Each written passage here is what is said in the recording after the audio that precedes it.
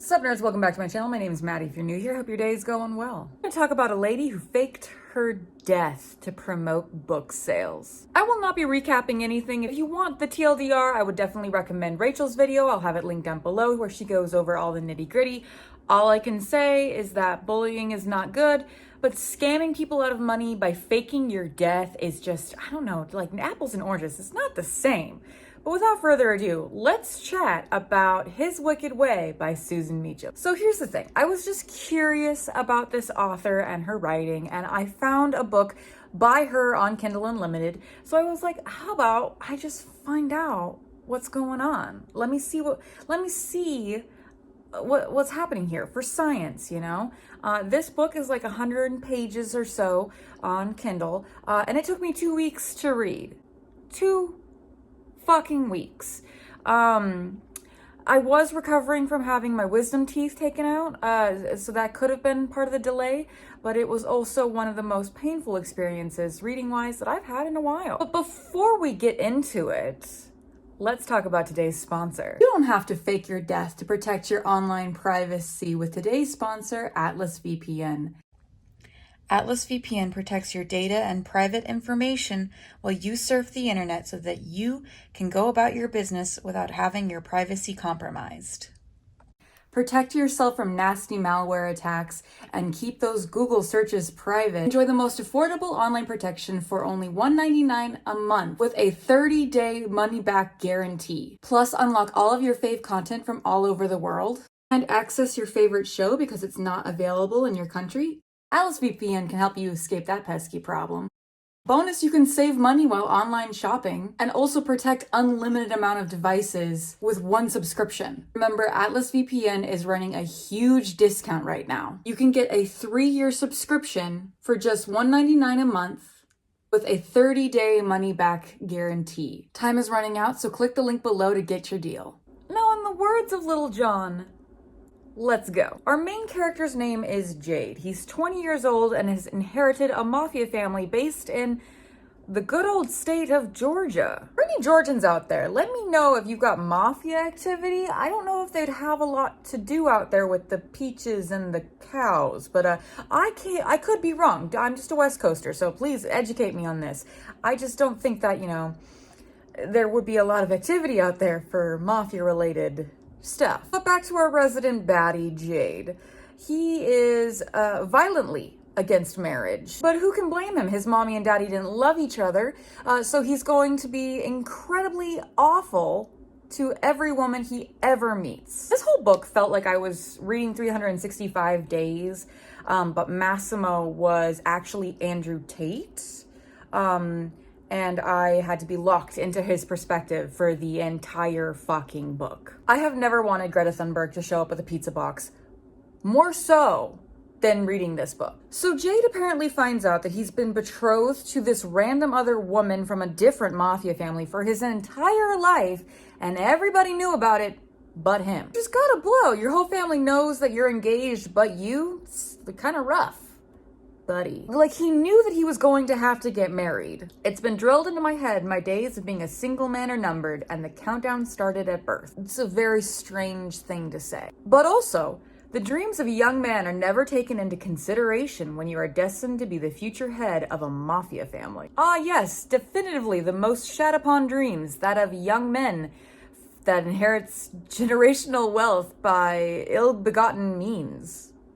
Yeah. Also, no part of this book is written in grammatical English. I think a big reason why it took me so long to read is because I had to really sit and process what the fuck was trying to be said in every fucking scene. It's not formatted well. It doesn't make any sense logistically at all. It's bad. So JD Boy finds out that he has a fiance. He throws a tantrum.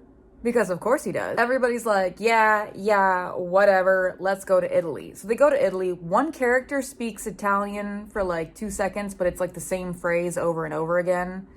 And Jade is just like, I don't want to get married. And everyone's like, I don't care. So Massimo, Jade, comes to the bride his supposed bride's father to tell him, I don't want to marry your daughter. And the father is like, you come to me on the day of you and my daughter's wedding. No, I'm just kidding. That didn't happen. Basically, Jade is like, I'm not doing this. Everyone's like, well, you're going to have to. And then stuff happens. And then apparently he doesn't have to because plot, I guess. And then he meets his bride. She's apparently devastatingly gorgeous because of course she is.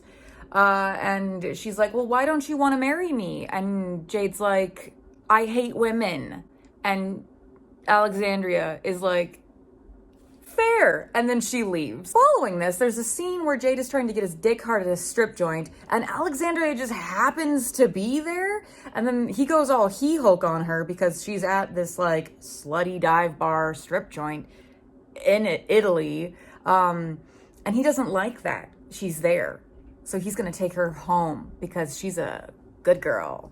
Additionally, the author bio says that meachen really likes historical romance, and considering how important Alexandria's virginity is, apparently we're just going to decide that mafia families have no idea how anatomy works, and they've never read a biology textbook. But books are just fantasy. Okay, but also, turning around, I walk toward the master's room. That's right, the fucking master. No matter where I go, I'm the master. I'm sorry, but a grown-ass woman wrote those words and then faked her death.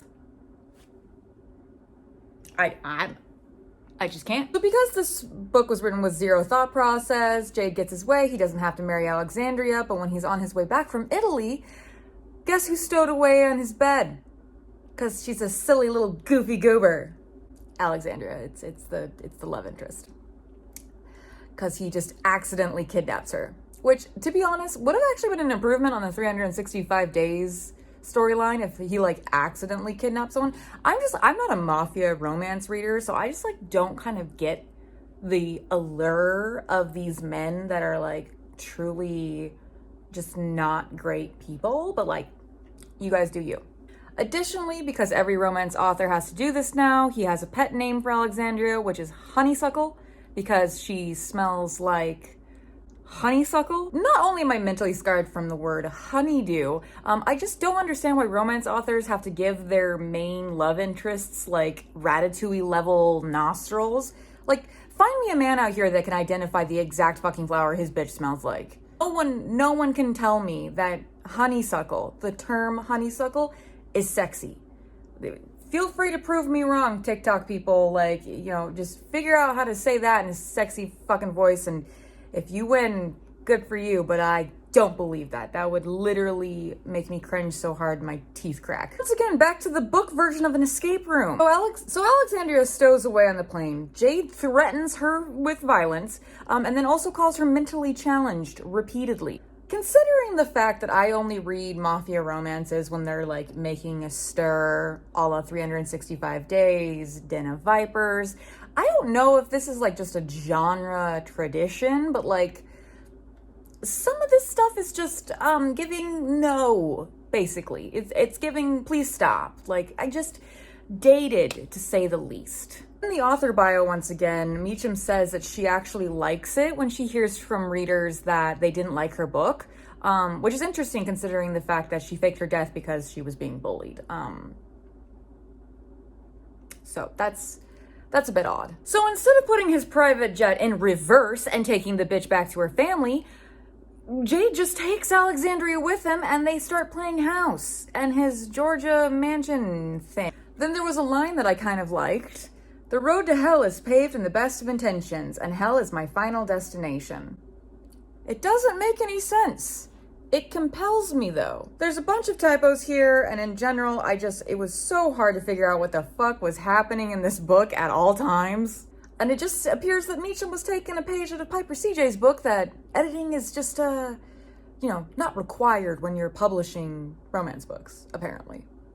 Because what is quality nowadays? Look, I know I've been a reviewer for a really long time, and I know that I have standards of quality, but I would never let anything like this to be put to my name. But maybe, that's because I also wouldn't do things like scamming people out of money and faking my death, so just saying. Okay, so now Alexandria is being hunted by her family. because apparently that's a thing. Jade and her go on a yacht because they're fugitives now, kind of, sort of.